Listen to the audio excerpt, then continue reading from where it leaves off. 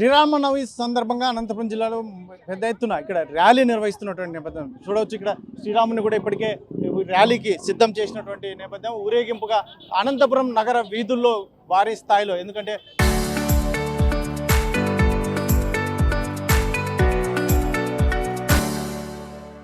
మహిళలు యువత భారీ స్థాయిలో పాల్గొంటున్నటువంటి నేపథ్యం.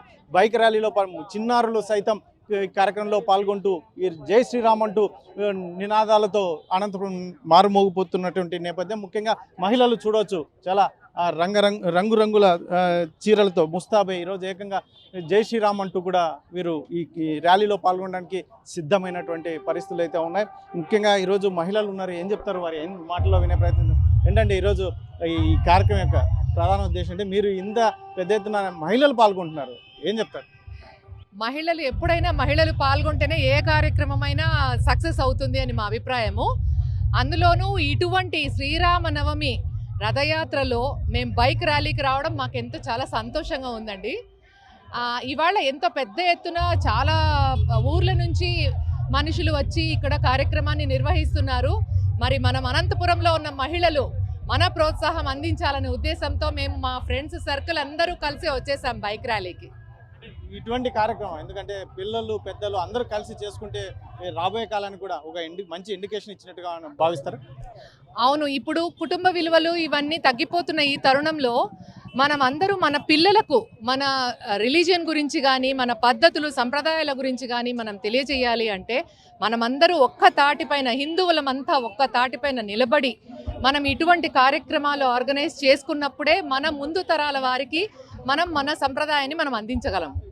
ఏం చెప్తారండి? ఎందుకంటే మహిళలు బయటికి రావాలంటేనే భయపడే పరిస్థితుల నుంచి ఈరోజు ఏకంగా ఇంత భారీ ఎత్తున ర్యాలీలో పాల్గొన్న మహిళలు, దీని గురించి ఏం చెప్తారు? దీని గురించి చెప్పాల్సింది యాక్చువల్లీ ఏం లేదు. ఫ్యామిలీ సపోర్ట్ ఉన్నంత వరకు మహిళలు ఎప్పుడైనా బయటికి వస్తారు. హ్యాపీగా ఇట్లాంటి ర్యాలీస్ అన్నిట్లోనూ పార్టిసిపేట్ చేసి మన హిందూ ధర్మాన్ని ఇంకా ఇంకా ఇంకా పెంచాలని కోరుకుంటున్నాము. జై శ్రీరామ్, జై హింద్. అంటే ఇప్పుడు చాలా చోట్ల వింటూ ఉన్నాం, హిందువుల ఐకమత్యత తగ్గిపోతుంది అని చెప్పేసి, దీని గురించి ఏం చెప్తారు? దీని గురించి ఫస్ట్ చెప్పాల్సింది రిలీజియన్. హిందూగా ఉండాలి. కమ్యూనిటీస్ ఎప్పుడైతే ఏర్పడ్డాయో మనకి మేము వైశ్యాసు, మేము బ్రాహ్మిన్స్, మేము నాయుడూసు, రెడ్డీసు అనే థాట్ ఫస్ట్ వదిలేసి మనము హిందూస్ అనుకొని బయటికి వస్తే అంతా సభ్యంగా జరుగుతుంది. అది మెయిన్. ఫస్ట్ కమ్యూనిటీ అనేది తీసేసేయాలి. మనం హిందూస్, మనం ఇండియన్స్ అనుకుంటూ ఒక స్టెప్ ముందుకు వేసాము అంటే ఆ ఒక్క స్టెప్ కాస్త 100 స్టెప్పులు అవుతాయని నా అభిప్రాయం. Thank you. ఇక్కడ మహిళలు చెప్తున్నటువంటిది ఏదైతే ఉందో క్యాస్ట్ బేసిక్ కాకుండా ఏకంగా మనుషులము మరి తర్వాత హిందువులం ఆ రకంగా ముందుకు వెళ్తే మాత్రం ఖచ్చితంగా మనం ఏదైతే ఉందో అందరిలో ఐకమత్యత తీసుకురావచ్చు అని చెప్పి చెప్తున్నటువంటి పరిస్థితుల్లో మరి ఈ చూడవచ్చు, ఇక్కడ మహిళలు ఉన్నారు, ఇంకా చాలామంది. అయ్యండి ఏంటి ఈరోజు కార్యక్రమం చాలా భారీ స్థాయిలో మహిళలు పాల్గొంటున్నారు, ఏం చెప్తారు ఈ కార్యక్రమం గురించి? పండగకి ఇంటికి మామిడాకులు కడితేనే పండగ అండి.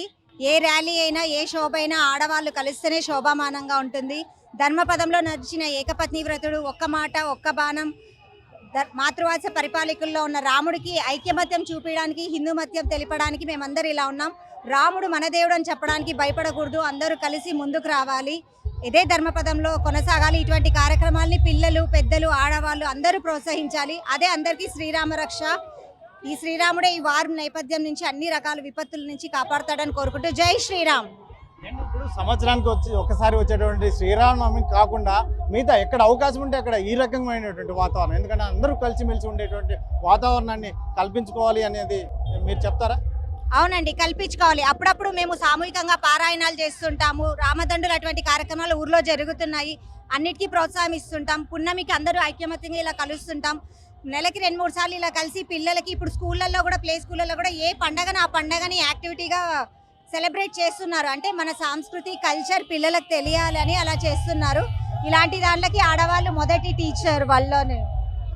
మహిళలు ఉన్నారు, ఏం చెప్తారు? ఏంటంటే ఈరోజు ఈ ఫెస్టివల్ని ఇంత ఘనంగా నిర్వహించుకుంటున్నాం, రాబోయే తరానికి ఏం ఇండికేషన్ ఇవ్వబోతున్నాం?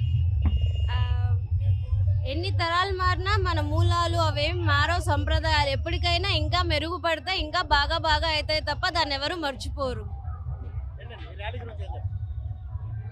ఈ ర్యాలీ ప్రతి ఒక్కరికి బాగా యూస్ఫుల్ మెసేజ్ అవుతుందండి. ప్రతి ఒక్క మహిళ ఇందులో పాల్గొనేసి మన హిందూ ధర్మం గురించి చాటించాలని కోరుకుంటున్నాను. జై శ్రీరామ్. ఏం చెప్తారండి ఈ ర్యాలీ మహిళలు పాల్గొంటున్నారు, చిన్నపిల్లలు పాల్గొంటున్నారు, శ్రీరామనవమి సందర్భంగా ఏం చెప్తారు? ఇప్పుడుండే జనరేషన్ ప్రకారంగా మన హిందూయిజం అనేది చాలా ఫ్యూచర్ జనరేషన్స్ వాళ్ళకి ఏమీ తెలీదు. మన రూల్స్ అండ్ మన హిస్టరీ అనేది అంతా ఏమీ తెలీదు.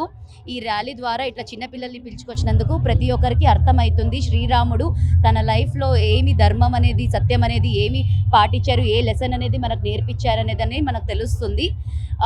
ఈరోజు మా అబ్బాయిని పిలుచుకొచ్చాను సో దట్ తను చూడాలి, తెలుసుకోవాలి అండ్ ఇట్లే ముందు ఫ్యూచర్ జనరేషన్స్కి అందరూ ఇట్లే కొనసాగాలి.